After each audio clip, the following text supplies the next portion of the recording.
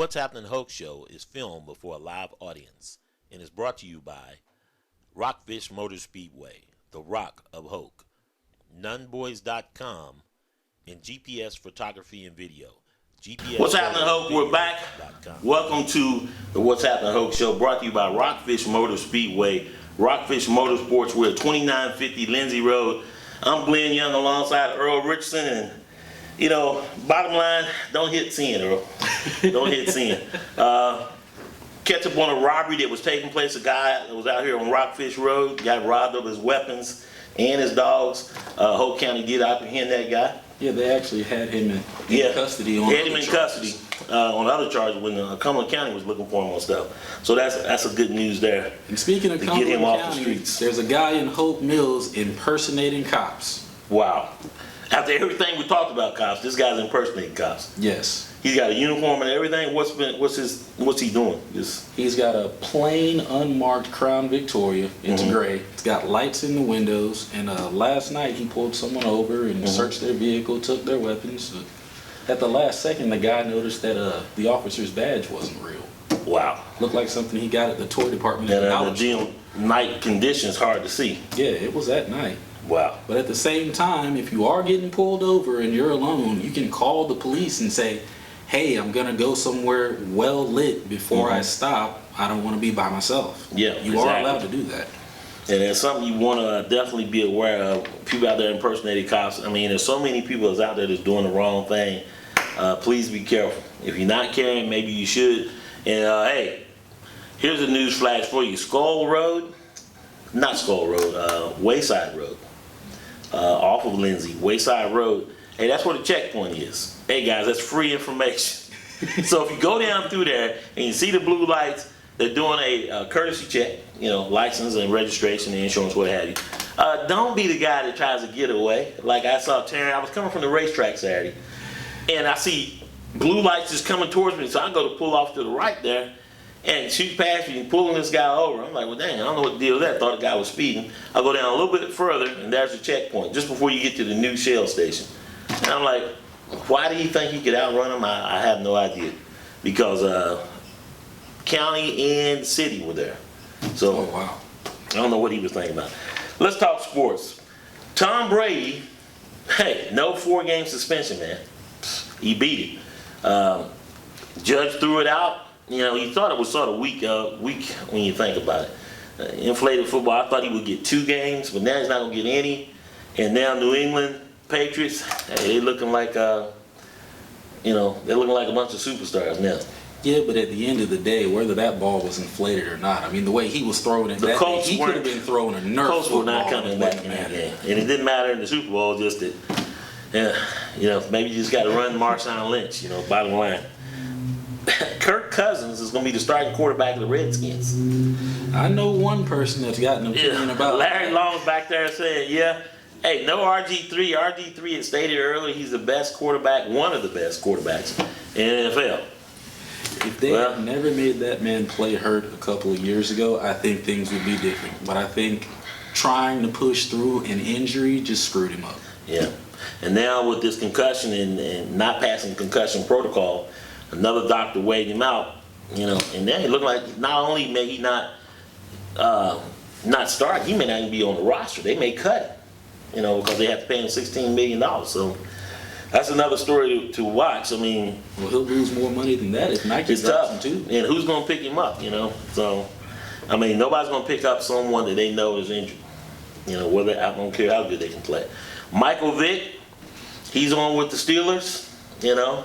Everybody had a story about Michael Vick arrested, did his time for dog fighting.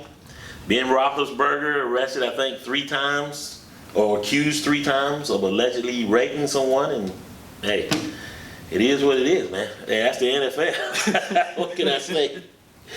Moving on to some better things. Hey, last week we talked about a list of kids from Hoke County Bucks that are playing college football, and I got that list.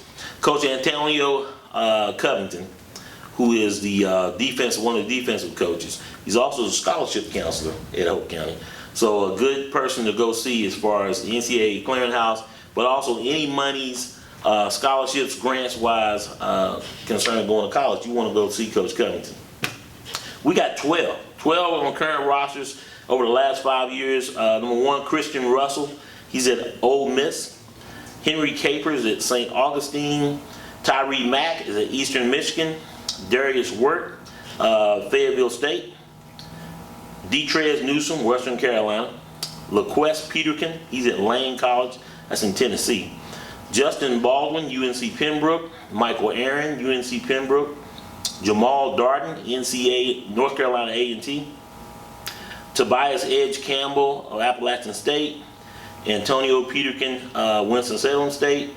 And Teron Page, Methodist University. So, hey, that's pretty good. I mean, when you think about, if you have an opportunity to go to college for free, I think you should do it. Whether you're playing football, academically, anything to take that money off your parents. Better yourself. You know, better yourself, and mom and dad shouldn't have to pay for it. I don't care if they got a 529 or anything, you know. If you have possessed the knowledge, academically, athletically, whatever your skill is, to get monies to go to college, I think you should do it. That's just my personal opinion. Got heated last night at the coach's show, talking with Hal Nunn, and we were discussing. He said, "Hey, maybe we should just have a new high school." Don't know if that's going to help with wins and losses, but that's what his thought was. So if we drop to a 3A, right, which we have to be, now you split your forces, and guess what? You got to take on Terry Sanford, Grays Creek. Yeah, you get Westover, but then you got to play Douglasburg too.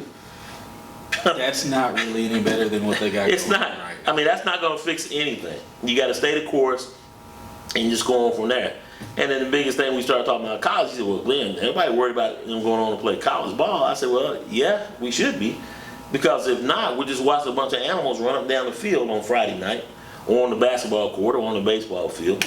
And they can't go on and play at the next level, but yet you'll see all these college coaches coming here to recruit our kids, and they can't go because they don't have the grades." So yeah, 63-6, yeah, that's bad. But when we only have one NCAA qualifier on the roster currently, and not that we may get more, they could actually accept a college scholarship if a college coach was to come in. Wasn't that 63-6 without Jack Britt having their starting quarterback? 63-6 without having one of their starting quarterbacks. Now, apparently, these kids were battling back and forth. The kid that was dismissed for sexting, he apparently was a better runner. The one we got was a better thrower. And you saw it too. I saw the 4 touchdowns he threw. It may have been more, but I saw the 4 that he did throw. Tough loss. I was proud of the Hoke County fans. When I looked across, at first I thought it was just parents. But we had a large crowd, man. And they stayed to the end, and they were loyal. Now, I don't know if they were in such shock that they couldn't move, but hey, they stayed to the end. Here's the thing. Hoke County football is going to get better. There's nowhere to go but up.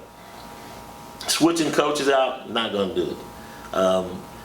Everybody was excited when we had 90 players out one day, 70, 75, and everybody was all lathered up, and hey, we have a great team this year, big turnout, look at the high numbers. But you know what? Not many of those had ever played football before and didn't have any football players. And so now, and I said at that time, I said, hey, don't get all, just wait. And now I'm saying the same thing at 0-2. Don't panic. Don't jump off the boat. It's a rebuilding year. It's a rebuilding program. Call it whatever you want. Put whatever adjective you want on it. But don't abandon ship. Much like Pinecrest was going to do a few years ago. You remember that. And they didn't. And you saw what happened. We play in one of the most competitive conferences in the state, bar none. We got a tough schedule. New Hanover was not Wilmington Ashley. That's just the way it is, man. And so that's where we are. So, I mean, call it what you will. Hoke County football will get better. Tonight, 71st JV at 71st High School. And then, of course, Friday, Raz Archery, we'll take on 71st. So, I mean. And I can honestly say I went to 71st. It didn't matter what sport it was. This was one we always circled. Yeah. Hoke County, 71st, or whether it's Hoke County, Jack Britt, all these schools are close by. Every game's a rivalry. Every game's a must-win, and it is what it is. Do you want to go 11-0 and go out in the first round of the playoffs? Coach, like last night, the Echo is coming. Said he wanted to be to where 7-game win season is considered a bad year. So we're not there yet.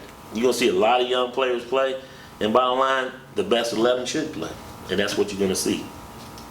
Let's take a break. When we come back, let's talk to Rock or Hoke. Get on to a little bit of racing, talk rubbing and blocking. Blocking is rubbing. Anyway, we'll be right back after this.